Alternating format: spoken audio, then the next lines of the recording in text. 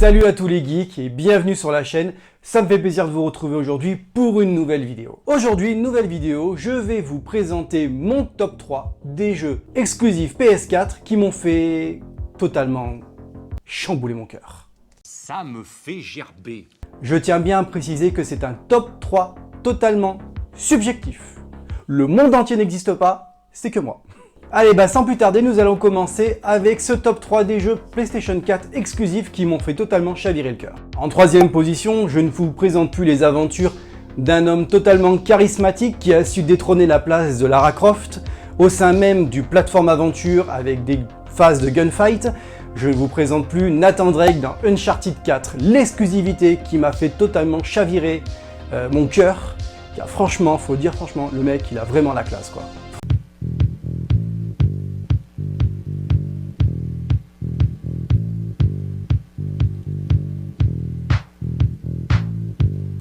Autant vous dire que j'étais à la sortie du jeu parce que j'avais une hype de dingue.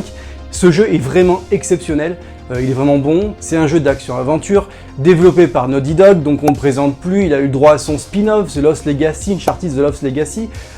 Donc voilà, je veux dire, Uncharted ça fait couler de l'encre et c'est vraiment jouissif d'y jouer. Et oui, je sais, j'ai dit jouissif. Un petit pervers, je vous ai vu. Donc voilà, honnêtement, qui aurait pu détrôner la magnifique, sulfureuse Lara Croft, hein, car on a tous kiffé Lara Croft dans les années 90.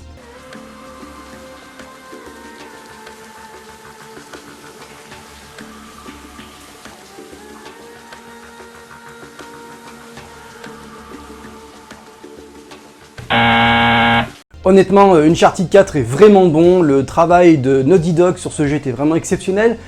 C'était la grosse claque, de toute façon ça a été la réussite, il a été nommé au Games Award, donc c'est vraiment le jeu qui est vraiment exceptionnel. Ces phases de gameplay, totalement spectaculaires, donc ces phases de plateforme, ces phases de gunfight, ces phases de pseudo-réflexion, à la plateforme tirée d'un peu d'un Lara Croft et tout ça et tout. Donc c'est vraiment le jeu à faire. Si vous avez une PlayStation 4 et que vous ne l'avez pas fait, honnêtement, jetez-vous sur ce titre, il est vraiment magnifique. Ça clôture une trilogie qui est vraiment exceptionnelle.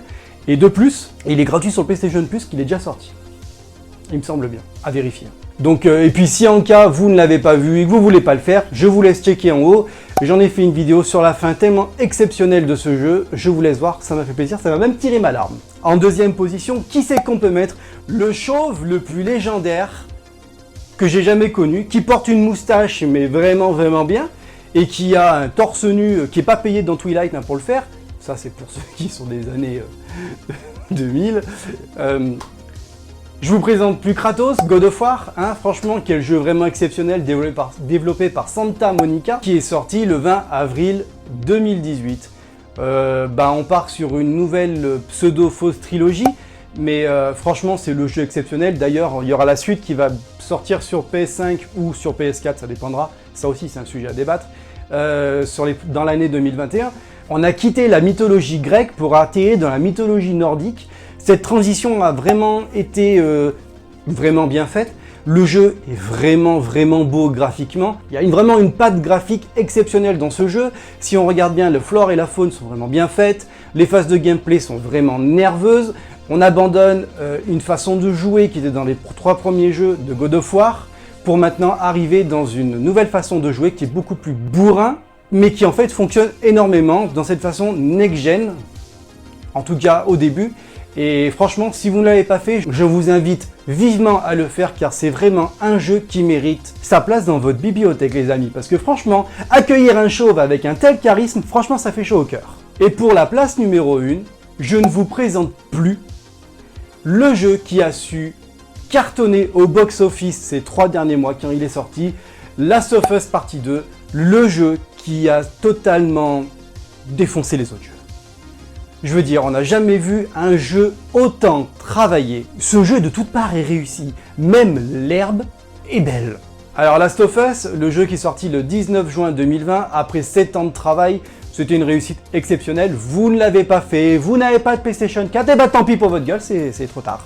Parce que franchement, ce jeu-là, il est magnifique. C'est la boîte de Pandore de la PlayStation 4, il faut y aller. De toute façon, il y en a énormément des titres qui sont vraiment bons. Last of Us Partie 2 est un savoir-faire, un chef-d'œuvre de Naughty Dog. Sans mentir, c'est la réussite du siècle, c'est la réussite de l'année 2020. Même le Covid, il n'a pas su taper autant. Bah ok, je sors. Donc voilà, je ne vous parlerai pas des multiples façons de jouer dans ce jeu qui sont vraiment exceptionnelles. L'IA qui est vraiment bonne, graphiquement parlant c'est beau. Les phases d'exploration sont énormes et très grandes, vraiment très grandes.